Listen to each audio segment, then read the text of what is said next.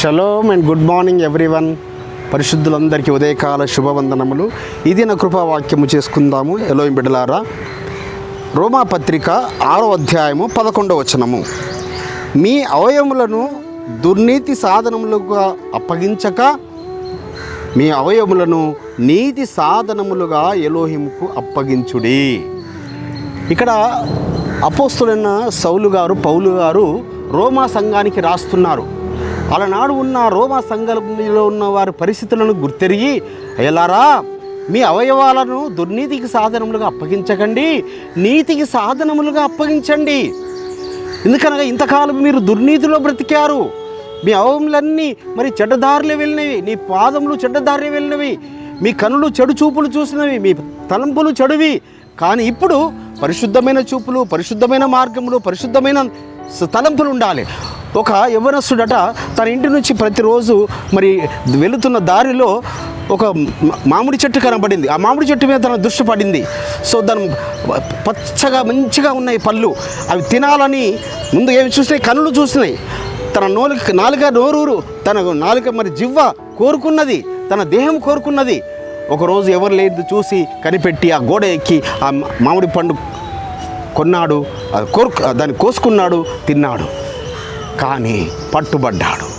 చూడండి, ఇక్కడ పాపము చేసింది ఎవరు?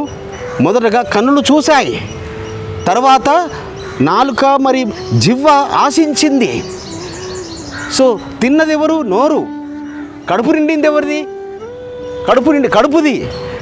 ఈ యొక్క బ్రెయిన్ ఎప్పుడైతే కళ్ళు చూసాయో, ఈ బ్రెయిన్కి ఏమైనా ఆజ్ఞాపించింది? కాళ్ళు పరిగెత్తండి, ఆ గోడ ఎక్కండి, ఓ చేతులు వాటిని కోయండి అన్నారు. కానీ కాళ్ళు తినలేదు, చెయ్యిలు తినలేదు. మరి ఏవి తిన్నది?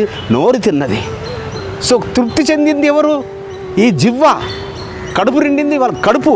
కానీ పట్టుబడ్డాడు ఎవరి చేత? వారి చేత. అతని వీపు వాయించబడింది. చూడండి, తప్పిదము చేసిన అవయవాలన్నీ ఒకటైతే శిక్ష అనుభవించింది వీపు. చివరికి కంటనీరు పెడతాడు. అనగా ఏ కన్నులైతే మొదటగా పాపం చేశాయో, ఏదైతే చూసాయో, చివరికి ప్రతిఫలము ఆ కన్నులే అనుభవించాయి. కాబట్టి బిడ్డలారా, మనము కూడా మన అవయవములను నీతికి సాధనములుగా చేసుకోవాలి.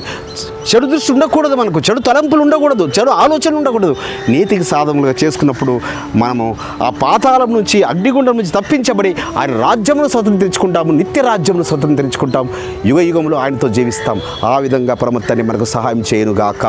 ప్రార్థించుకుందాం. పరిశుద్ధమైన తండ్రి, మా అవయవాలను నీతికి సాధనముగా చేసుకున్నట్లుగా మీ రక్తంతో మమ్మల్ని శుద్ధీకరించమని నజరేయుడైన యేషువా మెస్సీయ నామమున స్తుతించి ప్రార్థించి వేడుకుంటున్నాం పరమ తండ్రి.